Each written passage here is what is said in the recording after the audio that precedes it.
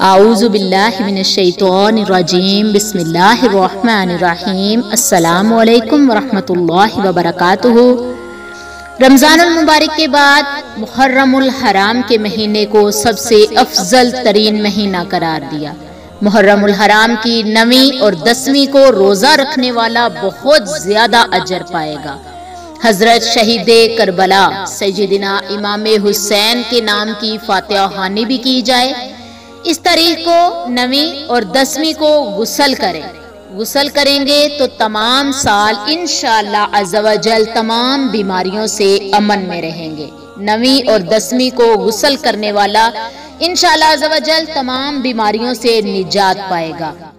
इसके अलावा यौम अशूरा की रात को चंद ऐसे नवाफिल हैं जिससे अल्लाह तबारक व तआला क़यामत तक कब्र में रोशनी अता फरमाएगा और कब्र के अजाब से महफूज रखेगा।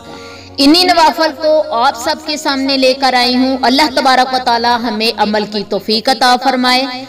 नवाफिल की तरफ जाने से पहले मेरी तमाम बहन भाइयों से छोटी सी गुजारिश है कि जिस मेरे बहन भाई ने मेरे चैनल को सब्सक्राइब नहीं किया जल्दी से सब्सक्राइब कर लीजिए और साथ में लगे बेल आइकन को प्रेस करना मत भूलिए ताकि मेरी हर आने वाली न्यू वीडियो का नोटिफिकेशन आप तक सबसे पहले पहुंचे।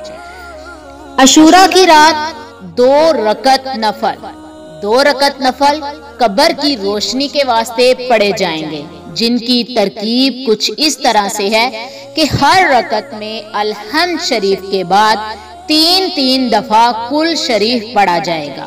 कुल हुवल्लाहु अहद अल्लाहु समद लम यलिद वलम यूलद वलम यकुल लहू कुफुवन अहद।